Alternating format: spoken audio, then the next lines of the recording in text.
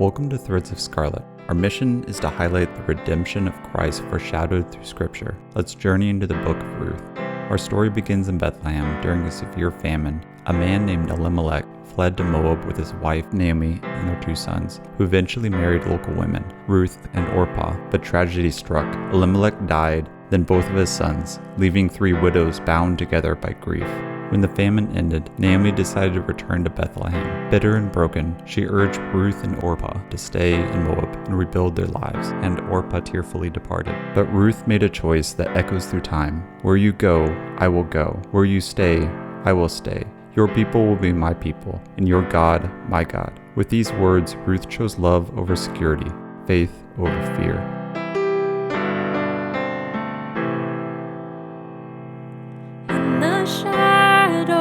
Sorrow when the night was long, Naomi wept for all she'd lost, her heart without a song.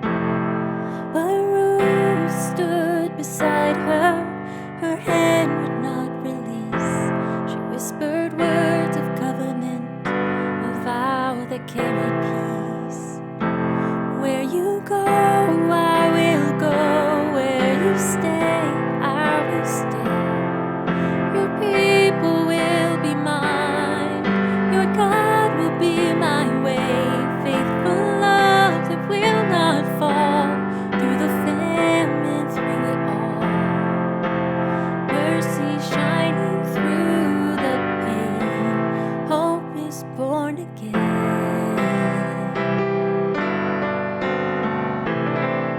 In Bethlehem, Ruth gleaned in the fields to provide for them both. By divine providence, she worked in a field belonging to Boaz, a wealthy relative of Elimelech. Moved by Ruth's loyalty to Naomi and her noble character, Boaz showed her extraordinary kindness and protection.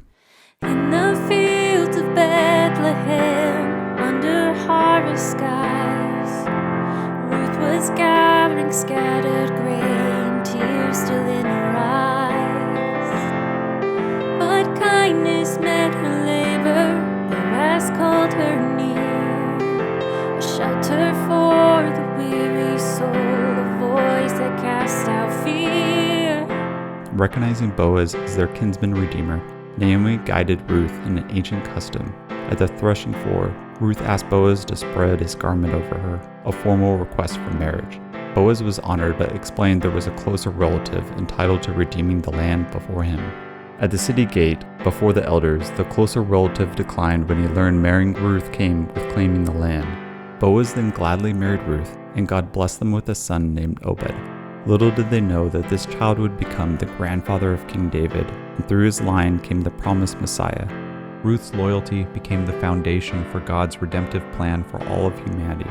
Her story reminds us that God's greatest blessings often come through our most faithful choices in the darkest seasons. What seemed